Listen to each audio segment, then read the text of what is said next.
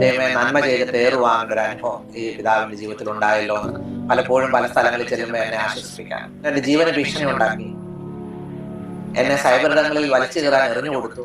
നമ്മളൊരാളെ സന്തോഷത്തോടെ അനുഗ്രഹിച്ചൊരുതുള്ളി കണ്ണുനീര് നമ്മുടെ കണ്ണിൽ നിന്ന് വരുന്നത് ഒരാൾ നമ്മളെ ദുഃഖിപ്പിച്ചിട്ട് നമ്മുടെ കണ്ണിൽ നിന്ന് വരുന്ന ഒരു തുള്ളി കണ്ണുനീരിനും വാല്യൂ രണ്ടാണ്.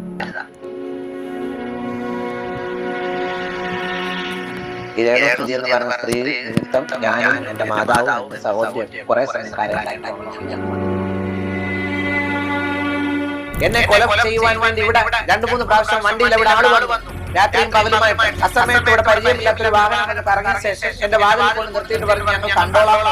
Hi hello welcome back to my YouTube channel. അപ്പോൾ ദാ രേണുസുതി ഒരു വലിയ വിഷയമായി തന്നെ മാറിയിരിക്കുകയാണ്. ബിഗ് ബോസിൽ പോയാൽ കുറച്ച് സ്വൈര്യം കിട്ടും, അല്ലെങ്കിൽ സമാധാനം ഉണ്ടാവും എന്ന് നമ്മൾ വിചാരിച്ചിട്ടുണ്ടാവാം. പക്ഷേ രേണുസുതിനെ അറിയുന്നവർക്കും അല്ലെങ്കിൽ രേണുസുതിക്ക് സഹായം ചെയ്തവർക്കും ബിഗ് ബോസിൽ പോയതിന് ശേഷവും ഒരു തരത്തിലും സമാധാനവും സന്തോഷവും അല്ലെങ്കിൽ ജീവന് വരെ ഭീഷണി ഉണ്ടാവുന്ന രീതിയിൽ തന്നെയാണ് മുന്നോട്ട് പോകുന്നത്. സാധാരണ ഇത്രയും കാലത്തെ ബിഗ് ബോസ് ചരിത്രത്തിൽ ഇത്രത്തോളം വൈകൃതം പിടിച്ച ആർമിക്കാരെ കണ്ടിട്ടില്ല എന്ന് വേണം പറയാനായിട്ട്.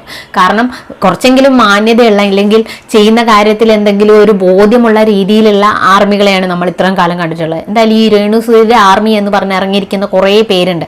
അത് നമുക്ക് പേഴ്സണലി മനസ്സിലാക്കാൻ കഴിയുന്ന കാര്യം തന്നെയാണ്. കാരണം ഞാനിട്ട വീഡിയോയുടെ കമന്റ് സെക്ഷൻ നോക്കിയാൽ തന്നെ കാണാൻ സാധിക്കും എത്രത്തോളം വൈകൃതമാണ് ഈ ആർമിക്കാർ എന്നുള്ളത്. എന്തായാലും രേണുവിനെ സപ്പോർട്ട് ചെയ്യുന്നവർ രേണുവിൻ്റെ അതേ ലെവലിൽ തന്നെയാണ് ചിന്തിക്കുന്നത് എന്നുള്ള കാര്യത്തിൽ ഒരു മാറ്റവും ഇല്ല. അത് നമുക്ക് കമന്റ് കണ്ടാൽ തന്നെ മനസ്സിലാകും.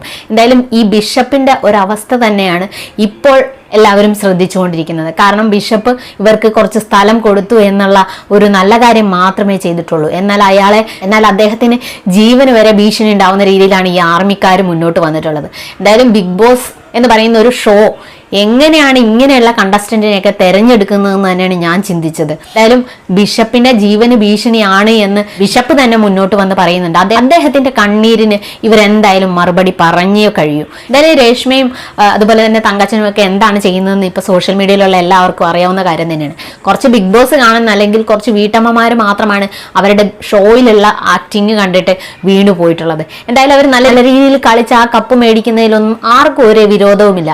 പക്ഷെ മറ്റുള്ളവരെ ഇൻസൾട്ട് ചെയ്യുന്ന രീതിയിലാണ് മുന്നോട്ട് പോകുന്നതെങ്കിൽ അല്ലെങ്കിൽ കള്ളത്തരങ്ങൾ കാണിച്ചു തന്നെയാണ് മുന്നോട്ട് പോകുന്നതെങ്കിൽ കുറച്ച് പേരെങ്കിലും അതിനെ എതിർക്കാൻ മുന്നോട്ട് വരും. കാരണം അരിയാഹാരം തിന്നുന്നവർക്ക് എന്തായാലും മനസ്സിലാവും എന്തൊക്കെയാണ് ഇവർ പറഞ്ഞിട്ടുള്ളത്, എന്തൊക്കെയാണ് ഇവർ ചെയ്തിട്ടുള്ളത്, ഇവർ പറയുന്നതിൽ എന്തെങ്കിലും സത്യമുണ്ടോ എന്നുള്ളതൊക്കെ. അതൊക്കെ എന്ത് തന്നെ ആവട്ടെ, പക്ഷെ ഈ ബിഷപ്പ് എന്ന് പറയുന്ന വ്യക്തി ആ കുട്ടികൾക്ക് കിടക്കാൻ ഒരു കിടപ്പാടം ഉണ്ടാക്കാനുള്ള ഒരു സ്ഥലമാണ് കൊടുത്തിട്ടുള്ളത്. അത് കൊടുത്തതിന് ശേഷം അദ്ദേഹത്തിന് ജീവന് ഭീഷണിയാണ്. കാരണം അദ്ദേഹത്തിന്റെ വീടിന് ചുറ്റും ആൾക്കാർ നടക്കുകയാണ്, വണ്ടിയിൽ വന്ന് നോക്കുകയാണ്, തന്നെ എടുത്തോളാം എന്നൊക്കെ പറയുകയാണ്. സത്യത്തിൽ അദ്ദേഹം പറയുന്ന വാക്കുകൾ കേൾക്കുമ്പോൾ വിഷമം തോന്നുകയാണ്. അദ്ദേഹത്തിന്റെ കണ്ണീരിന് വലിയ വില കൊടുക്കേണ്ടി വരും എന്നുള്ള കാര്യം മറക്കാതിരിക്കുക. രേണുവിനെ സപ്പോർട്ട് ചെയ്യുന്നവർ ഇതൊക്കെ കണ്ടിട്ട് വേണം എന്തെങ്കിലുമൊക്കെ വിളിച്ച് പറയാൻ എന്ന് തന്നെയാണ് എനിക്ക് പറയാനുള്ളത്. എന്തായാലും നിങ്ങളുടെ അഭിപ്രായം കമന്റ് ആയിട്ട് അറിയിക്കുക. വീഡിയോ ഇഷ്ടപ്പെട്ടെങ്കിൽ ലൈക്ക് ചെയ്യുക, ഷെയർ ചെയ്യുക, കമന്റ് ചെയ്യുക. പുതിയൊരു വീഡിയോ ആയിട്ട് നമ്മൾ വീണ്ടും വരുന്നതായിരിക്കും. അതുവരെ ബൈ.